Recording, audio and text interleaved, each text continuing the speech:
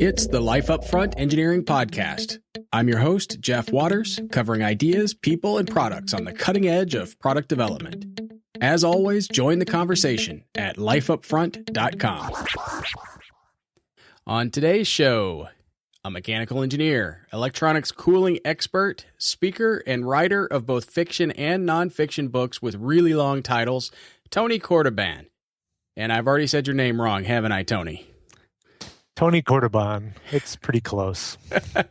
Hey, welcome to the show. Really appreciate you spending some time here. Oh, it's good to talk to you. All right. So I first found out about you it would have been the late 90s. I picked up this crazy book called Hot Air Rises and Heat Sinks. Everything you know about cooling electronics is wrong. And since I was working for a CFD company at the time, and we were selling some electronics cooling software, this spoke right to me. And when I opened it up, I loved it. It was a lot of humor, a lot of art and cartoons in it. Can you tell me a little bit more about that book and what inspired it? Well, I was working for a company at the time called Tel Labs, an electronics company in the telecom business. And I was doing thermal design, thermal analysis, and I was finding out that I was having a hard time getting across to the non-mechanical engineers what the heck I was doing. Why did I need to put a heatsink on a component? Why did we need fans when they didn't need fans before? So I started writing a monthly newsletter. Whenever somebody would do something wrong, something would overheat, I'd want to write about it and share the experience with other people, but I didn't want to embarrass anybody by saying, oh, this guy made a stupid mistake. So I fictionalized the projects and wrote about it as if it was a made up, like a science fiction story, so that nobody would get embarrassed, but the technical idea would get put across. So I was publishing these once a month, and it's called The Hot News. And that was all internal to Tel Labs. Right. I would just run the Xerox machine, and I'd send out maybe 10 or 15 copies to people within the building. And then I found out people were passing this thing around and stapling it to the backs of their memos and stuff. And I thought, oh, no, come on. I'm making up these stories to try to illustrate a point and putting jokes in there to get people to want to read it. But people started actually using the information. I thought, oh, great. I guess that's what I wanted to happen. And so people kept emailing me saying, oh, can you put me on the distribution list? And it grew to maybe 100, 150 people were looking at this, including some of the VPs in the company. And one of the VPs approached me and he said, I think you ought to publish this as a book. And I said, well, I mean, I appreciate the compliment. And he said, no, I'm serious. I know a guy at the ASME Press who's an editor, and I think you should put together a pitch, and I can get him to look at it. And so I had written about 30 of these newsletters, and so each one of them was made into a chapter, and I pitched the idea to an editor at ASME, and I was shocked that they liked the idea since it's kind of unusual for them. I mean, they're in the business of printing like elevator inspection manuals and how to tolerance your drawings, those kind of books. Not very humorous. Yeah, that's right. It was a short book with a glossy cover and a funny napkin sketch on the front of it, I remember. Maybe some coffee, but this is totally different than what you'd find in the ASME book list. Yeah, so I was shocked. They offered me a contract, and I polished up what I had written before. Then I had to get permission from the company bigwigs because a lot of the work I was writing about was proprietary information, and I had developed all this material on company time, so technically it all belonged to them. But the CEO of the company read the book, the manuscript, and he said, Sure, go ahead. I think this would be great, and it would make our company look good for you to publish it. I said, really? I mean, even though I'm writing about all the mistakes we make. Uh, so I give him a lot of credit for not wanting to sweep our mistakes under the rug, which is one of the big problems I see in engineering communication everywhere. Is everybody wants to write about their successes, but you don't learn that much from reading about somebody's success. I think you learn a lot more from reading about people's mistakes. One thing I really liked about the Hot Air book was it was sort of less about, let's say, the programming or hardcore physics, and more about getting an engineer in touch with what's really going on with heat transfer. It felt like you were trying to make it real, which I really appreciated, and you almost inspired me back then to kind of write my own engineering text. I was going to call it tactile engineering. Uh-huh. And I had this idea that, engineers come out of school and, I'm scared of electricity, and I'm a mechanical engineer by degree, so I don't really like electricity. But, what's a 9-volt battery feel like against your tongue? What's it feel like if you grab, an electrified fence at the cow farm? All these little experiments that I was going to suggest people do to get a tactile feel for all of these different quantities that we deal with in engineering.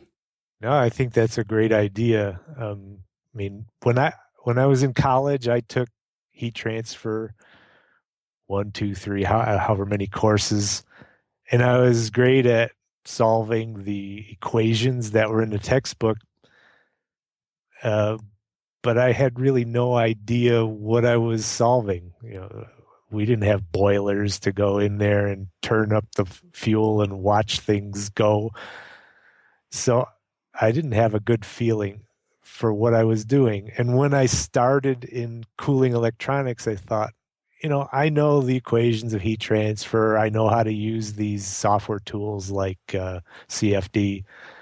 I should be able to solve this right away. But I found, I didn't have a gut feeling for what was going on. I didn't have burned into my soul this concept that heat flows from high temperature to low temperature, which is, of course, the number one lesson in heat transfer. It just wasn't something that was in my intuition. And I don't think most people have that intuition. They if they know how to solve the equations, they can get the right numerical answer. But when it comes to explaining to somebody non-technical, how does a fan make something go down in temperature? They can't explain it in just words. And that's what I was trying to do with my book, is to put it in terms that non-technical people could understand. And I tested it out on my mother-in-law, for example, who's she's not an engineer at all. And she said, I really learned stuff from reading your book. And it was actually readable to somebody who's non-technical. Oh, it's a beautiful, beautiful story. Now, more Hot Air came out in 2005 as a follow-up to, I got to say the whole title again, Hot Air Rises and Heat Sinks. Everything you know about cooling electronics is wrong. And then you went to just More Hot Air for 2005. More Hot Air. I figured one mouthful was enough. And that's kind of what people had thought of the first book. Oh, this is just a bunch of hot air. So I'll give you some more of it this time. How did that book differ from the first one? Well, I actually didn't read that one. Okay. Well, it's a continuation in the sense that I was still working at Tell Labs after the first book came out, and I was still writing my monthly newsletter, The Hot News. So material still kept piling up. And after I left Tell Labs, I had an opportunity from ASME. They said, would you like to make a new edition of your old book?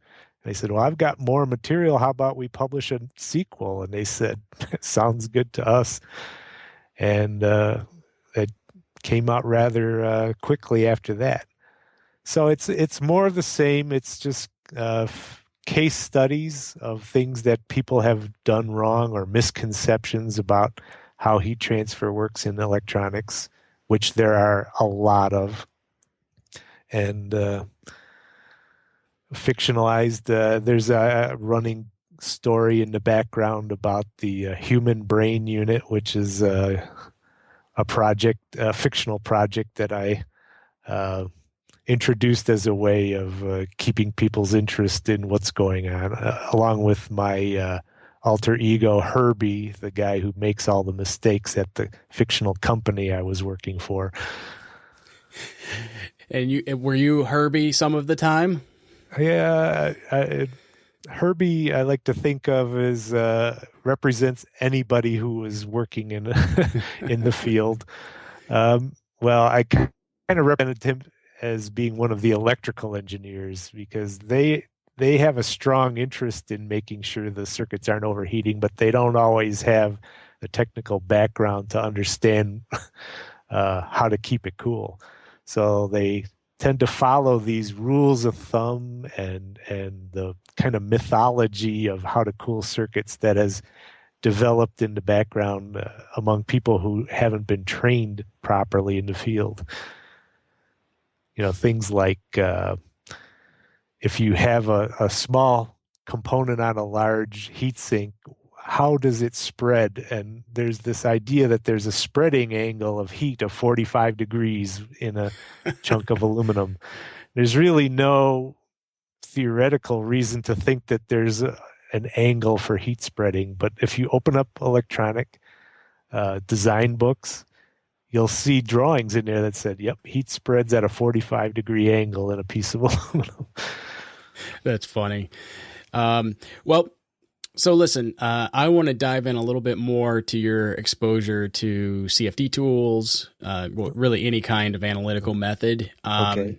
And I want to round out this discussion. We're going to circle back to publishing because I think there's some interesting insight that you can give anyone who'd be interested in writing their own books. And we'll get into your fiction world as well. But what CFD tools have you used? I mean, I know that you don't reference them often, certainly in your books, but what have you used? What do you use? And when and how do you think these kinds of tools should be applied? Oh, yeah. I was an early user of a CFD tool called Flowtherm, which is now being sold by Mentor Graphics. I started using that, I think, in 1992 or 1993 when it first came out, when you'd get it on a stack of floppy disks. Were those real floppy disks or the firm ones? Well, no, they were the 5 1/4 floppy disks. Oh, wow. You got a whole box of them to do the installation. And back in the days when if you had a 100 megabyte hard drive, that was considered a high-end workstation. And so I learned in the early days of CFD how to minimize the size of a problem to exactly what you want to solve, because computer really couldn't handle much more than maybe 100,000 nodes. If you made a model that had 100,000 nodes, it might take 24 hours to solve on the computers back then.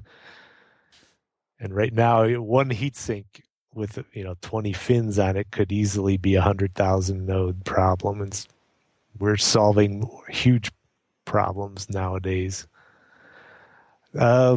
You asked what other tools. I've used that for all the time that I worked at Tell Labs up until about 2003. In fact, that was one of the things that kind of made my career there. Is before I started working there, they used to just use hand calcs for doing their thermal analysis, and I introduced the idea that you could use computational fluid dynamics for figuring out what was going on in their electronics. And when I showed that you could get fairly accurate results out of it, they were stunned. Instead of saying, well, we're used to just getting plus or minus 50% out of a thermal analysis. Since then, I've also used tools from other vendors. I used IcePack and ANSYS, and yeah, those are the major ones that I've spent time with. So Flowtherm and Ice Pack being very electronics cooling focused and specific versus a lot of the general purpose CFD tools out there. Yeah, I mean, you can use, ANSYS has a tool called CFX, which is their version of well, they actually offer several different versions of CFD. CFX is the one that's most accessible, and they actually own IcePack now. They purchased that company and are integrating them into their interface. Yeah. CFX is a more general purpose tool. I tend not to use it because it's so general purpose that it doesn't tend to be easy to use when you're solving electronics cooling problems. Yeah, see, I think those tools made a really, really good decision, those companies, to focus on a vertical and build a tool that is very specific to that vertical. So people who need to cool electronics, had the capability in both of those tools, I believe, to pull from a palette of objects, for example, that was pre-populated with, all the material property data, the heat loads that might be coming out of that component. I think some of that was even available as libraries from the component manufacturers, correct? That's true. For Flowtherm, they have created a standard for how to define electronic component models, and some of the what I call them more responsible vendors are making component models that you can download along with the data sheets. So it's easier to build thermal models of electronics, and you can kind of trust the results instead of building your own and guessing what's inside of a component package. Flowtherm and IcePack, they made their products, I think, a lot easier for the mechanical engineer, who isn't trained, at the PhD level in how to analyze fluid flow, by taking away probably 90% of your choices. When you open up a general purpose CFD, you have to tell it everything that you want to do because it doesn't know what fluid you want to use as the fluid. Whereas you open up Flowtherm, it assumes that air is going to be there. So you don't have to tell it this box is full of air, for example. It's just there by default. And if you want to use some other fluid, you have to jump through some hoops to say, okay, use whatever, water or some other fluid as my heat transfer medium. So by taking away a lot of the choices, you don't have to understand the complexities of turbulence modeling, for example, or how to make a mesh that spins along with your turbine blades. They give you all those options in CFX, but you're not going to use those very often when you're looking at a circuit board. Well, I'd say that electronics cooling is anything but a solved problem. In fact, it just gets worse and worse every year. We try to cram more heat density into smaller packages, right? Oh, exactly. Yeah. So, there's definitely going to be an ongoing need for this. In a lot of cases in design, the thermal management of electronics is the limiting factor for even very large systems. So this isn't going away. People are going to continue to do this kind of simulation up front. What would, with your experience, what would you tell CFD vendors, the commercial CFD vendors there? What advice would you give them, to address both the current and future needs of electronics cooling? Well, keep going. We definitely need these type of products. And there's a few areas that have not been addressed by anybody. And I don't know how anyone's ever going to solve them, actually. but they make it very difficult to get accurate results, even with the good tools that we have today. One of them is the number one reason for getting the wrong temperature prediction out of any tool, whether it's a hand calculation or CFD, is nobody seems to be able to predict what the power dissipation of electronic components really is. And that astonishes me that there isn't some way of, I don't know, simulating the function of a circuit board and saying, okay, each component on here is dissipating. This one's 1 watt, this one's 2 watts, and so on. It seems to me that when the electronics guys are designing the board and choosing the components, hooking everything up, that there should be some automated way of telling us what the actual power dissipation will be while the circuit is running. I get estimates from the electrical engineers, plus or minus 50% on the power dissipation for every component. And guess what? The delta T of a component is directly proportional to its power dissipation. So if the power is 50% wrong, what's my temperature prediction going to be? 50% off. So can we figure out some way of automating that process and get a better prediction of power dissipation? And then you touched on the other weakness in this house of cards, is that they always say the temperature limit of the component is based on the junction temperature of the component. But how do we know what the junction temperature is when we're trying to do a measurement? You can't stick your finger down in there and feel what the junction temperature is. You can't just drill a hole in there and put a probe in, and let's see, maybe you're changing the answer if you do that. Especially when the dies are getting smaller and smaller and smaller. That might even be possible. Well, yeah. So knowing what these thermal resistances of the component packages are is crucial to knowing how to get the heat out. I can kind of predict what the board temperature is, what the surface temperature of the component is, and then I can check my prediction when I go in the lab by looking at it with an IR camera or sticking a thermocouple on there. But from the surface to the inside of the package where all the heat's boiling out of, there's no way for you to know what's going on in there except for the few components like Intel processors where they have sensors built right on the die and you just ask the software to tell you what the temperature of the die is. If I'm supposed to be trying to keep the junction temperature under 100 degrees C and I don't know what the junction temperature is, I'm kind of shooting in the dark.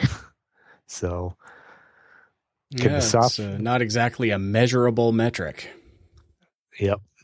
So that's a couple of the areas where there's still huge unknowns, and no matter how well you refine the CFD software to give us a good answer from, how does the heat get from the surface of the component into the surroundings?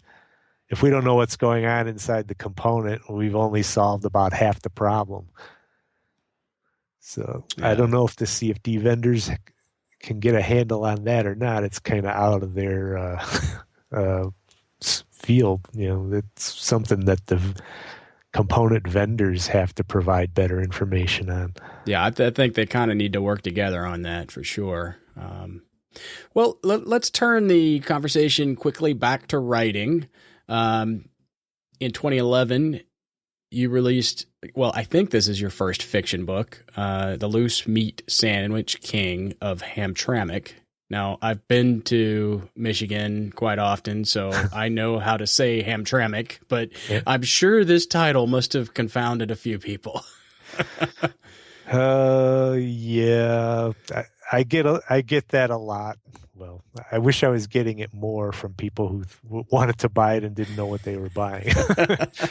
It's well, I think it tells exactly what the book is about, even though it's a total mystery to people who they don't know what a loose meat sandwich is and they don't know what Hamtramck is. Hamtramck is a town that's completely surrounded by Detroit, uh, where I went to high school. And so this is kind of a humorous book about what my life would have been like if I had led a more interesting life. Well, we talked about this on the phone just the other day, but there is a lot of autobiographical detail in this. It is fiction, but you are following closely the write what you know methodology. Yeah, yeah. I think that's always a good thing to say, write what you know. When people start making up stuff about, oh yeah, this is what it was like in World War I, unless you've done a lot of research on the topic, it's not going to ring true to when somebody reads the story. If they know something about it that you don't know, they're going to say, oh, come on, this is really dumb. So your main character in this book is an engineer. Well, I'm not sure which one is the main character. We never actually meet the main character, right? Yeah, I have a tendency to sabotage myself when I'm writing by doing things to make the main character make it impossible for him to accomplish anything in the book. For example, the main character in this story, the king of the loose meat sandwich business, as soon as you meet him, he's actually in a coffin at his funeral. So he's dead from the very beginning of the book. But a lot of the book is told in flashback. It's kind of a story that's set in today, of an engineer who goes back to his hometown looking for a new job and then having a lot of flashbacks to what was happening when he lived there and went to high school and college growing up, which is kind of mixed together in this kind of mystery of how did the loose meat sandwich king end up dead and why everyone thinks that guy is his best friend and maybe why they think he might have killed that guy. Yeah, so I sense that you're struggling in the same way that I did right after I read the book. I wrote a little review of it on my blog, and as I'm writing it, I'm thinking, well, I can't really say that, and I can't say that, and I can't say that either because I'm going to give away, the pretty unique story here. We're not doing a very good job of explaining what this book is about, but there's a very good reason for that because there's a big twist. Well, it's a bizarre story. I think it's kind of fun. It's supposed to be funny. I think it's funny. I had a lot of fun writing it. It's kind of based on the high school I went to and the immigrant community of Hamtramck. My family is Ukrainian, and this is a very heavily ethnic town. A lot of Polish people, a lot of Ukrainian people, and now there's a lot of other ethnic groups that live in that town. So it's like kind of growing up in a miniature United Nations. And there's some ideas behind this story. Like, what if somebody stole your identity, but instead of like draining your bank account and ruining your credit, it actually made your life better? Okay. I'm not going to let you say any more. I'll say this for you. I really enjoyed this book and I read a lot. I'm sure that a part of the reason I enjoyed it too is because there was this engineering bent to it. So I think anybody that listens to this podcast is going to totally love the story. So go get it. Even if you don't love the story, one of the reasons I wanted to have you on the show, Tony, is that I see in engineering circles a real lack of capability when it comes to writing in presenting, to me, because I've done so much presentation in front of audiences, writing and presentation are just sort of different flavors of the same thing. And most engineers seem totally incapable of it. So maybe you could give some advice to people. Why is it even important for engineers to, pick up this very liberal arts aspect of learning? Yeah. Well, isn't that why a lot of guys become, guys and the few women that are in engineering, why do we become engineers? Because we get to college and they say, well, I'm good at math and I like the idea of having exact answers for everything instead of fuzzy arguments about stuff. And I don't want to learn English. I don't want to learn drawing. I'm going to go into engineering. That way I don't have to make speeches. I don't have to write essays. I can just solve equations and write the number down and I've got an answer and it's right or wrong. But that's not what engineering is really all about. Yeah, you have to be able to solve the equations and get the numerical answer. But if you can't convince somebody else that that answer is right, it doesn't matter if you got the right answer. It's just sitting on your computer. It's sitting in a notebook or in a file cabinet somewhere. And no one's going to adopt your solution unless you can sell it. And how are you going to sell it if you can't write about it, if you can't stand up in a meeting and present your argument about it? And as far as, technical expertise goes, some of the people that you most need to sell are much closer to your mother, who I think you said it was your mother that read Hot Air Rises, right? Yeah, my mother-in-law. Mother-in-law, yeah. Right. So you can't just throw all this technical jargon at them. It's not very convincing to say, look, I have a CFD analysis, and here's the answer. It's 23, so that's why. I mean, when I started at Tell Labs, there was a long tradition there that they never would put fans in their products because they trusted natural convection to always solve the problem. It was just a tradition. People believed in it because it had always worked in the past. So as the power density went up and they hired me to help out with the thermal analysis, they said, look, this next generation product you're doing, natural convection just isn't going to do it. It's going to overheat. We're going to have to design in some fans. I know it's painful. I know it requires us to think in new ways. We're going to have to put them in. And there was a huge resistance to it, not from the mechanical engineers. They understood what I was saying, but I had to convince the majority of the other engineering people. The mechanicals in an electronic company are only like 5% of the engineering staff. So you've got to convince software people, system engineers, electronics people, and so on, that you got to be able to tell your story. And I say tell a story very on purpose, because you can't come in there and start writing down equations on a whiteboard to convince somebody of something. They don't know what that means. But if you can come in there and actually tell a story, like the Three Bears and Goldilocks, to explain to them why this fan is going to be necessary, and here's the cost, and here's the benefit to it, and if we adopt these fans, it's going to take this barrier out of the way that's going to allow you to add however much more functionality you want to this product, and the customer is going to love it, and so on.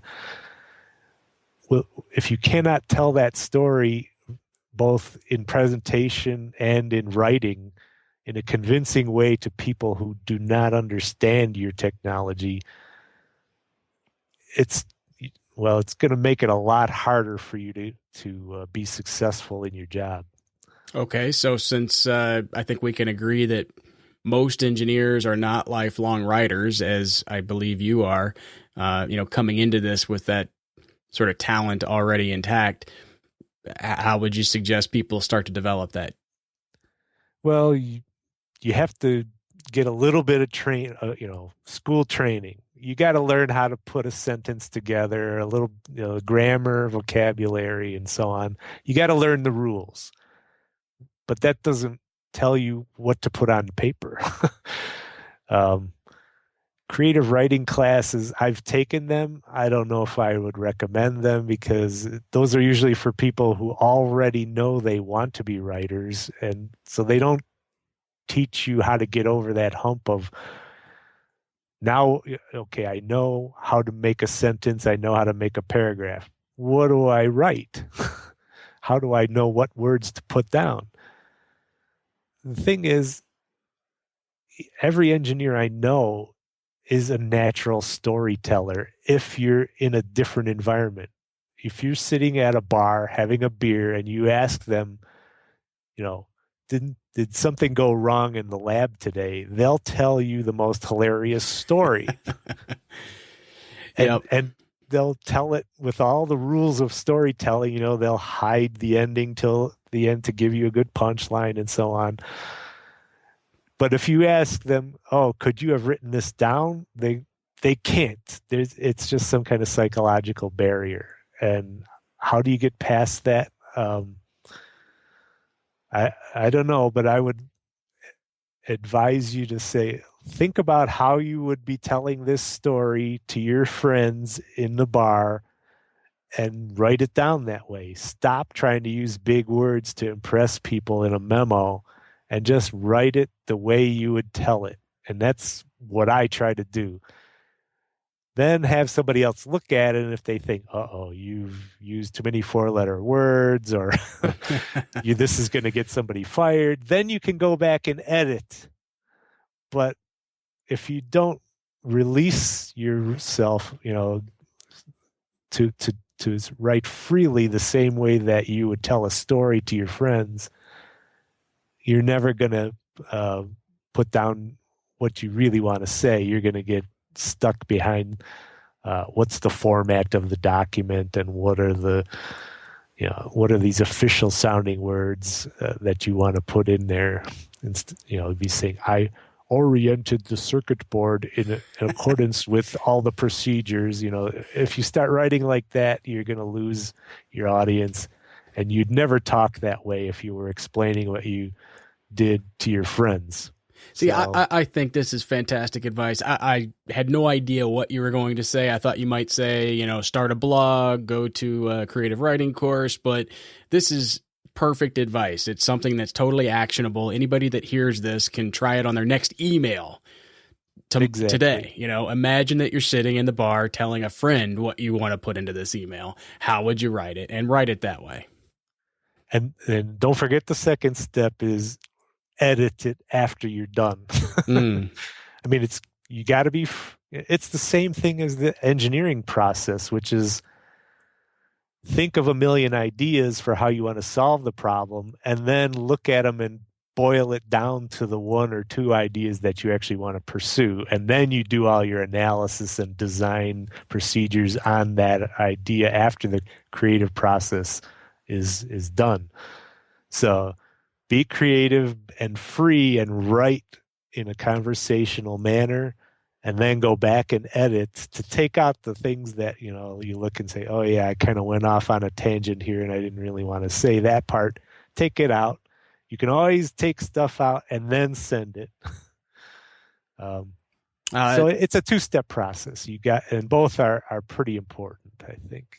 That is great advice. Well, Tony, I want to thank you for joining the show today. If people want to get in contact with you or learn more about you or find your books, where should they go? I have a website, www.tonykordyban.com, and that's TonyKordyban, all one word, tonykordyban.com. Or you could just Google Tony Kordyban, and I tend to come up pretty high in the list. All right. Well, great. I really appreciate your time today. My pleasure.